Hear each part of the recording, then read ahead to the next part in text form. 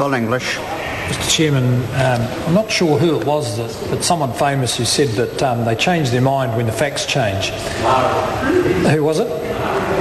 Steve Mahari? No, he changed his mind regardless of the facts, actually. No, it wasn't him. And that's, I suppose, the response to the Honourable David Cunliffe, that when the government is in a much stronger fiscal position, then the government will change how it describes New Zealand's fiscal position. But it hasn't happened. This idea that somehow most of the pressures on the government's books have evaporated because of small improvements in economic forecasts tell us more about Labor's attitude to the hard-won PAYE income that comes in every week from hundreds of thousands of New Zealanders who could use that money for different purposes themselves. It tells us more about Labor's attitude towards that than it does about any kind of analysis of the government's books. The government has followed a pretty straightforward plan in a year when the economy was contracting fairly strongly. It maintained what were previously high levels of spending under the previous administration. Now that the economy is recovering, the government has outlined a plan to lower the growth of government spending starting from the 1st of July this year. So the new discretionary spending will be about $1.1 billion. On average over the last 3 or 4 years that's been somewhere around $2.8 billion, and therefore the new spending has funded a lot more new activity than the current government will be able to. But small improvements haven't changed that picture. At the moment, these books that the Parliament's looking at today show that if you take the forecasts ahead, show that it'll take another 6 years before the government is back in surplus. But even then, it will have accumulated a very significant increase in public debt. Why does that matter? Well, those who've been around the House for a while will understand that public debt cycles are quite long.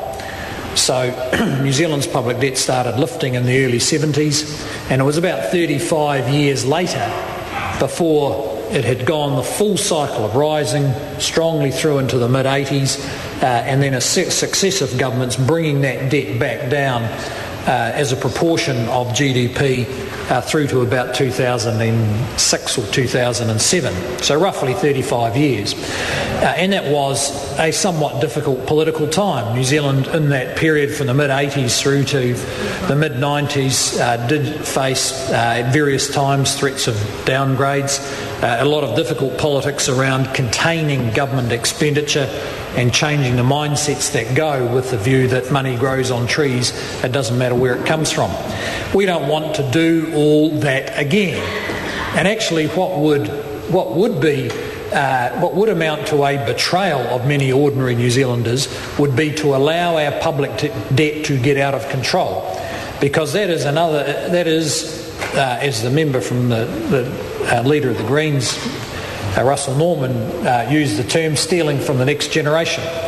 He applies that analysis to any use of natural resources. I'm applying it to monetary resources. If the current generation believes that we have a right to leave a burden on people who haven't left school yet to make them pay for things that we believe we want now, even if we don't really need them, then the government disagrees with them. So that's why, despite the members' optimism about the improvements in the government's books, I would describe them as marginal. I hope we keep making marginal improvements. That would be good. I'd like to see us getting to surpluses sooner, because then we have a few more choices. Not all the choices that he would like us to believe. We'd have a few more choices, because even when we get to surpluses, we will then have this large stock of public debt. And even when it stops rising, we then have to start getting that stock of public debt down, because we incurred it. We incurred it trying to maintain our standard of living through these times. We have an obligation to the next generation not to leave them with the burden of paying for what we wanted to have. So the government is working through a fairly measured process. We have said over the next 3 to 5 years that the public service should get used to having no new money, needs to rethink how it delivers services and learn to do more with less.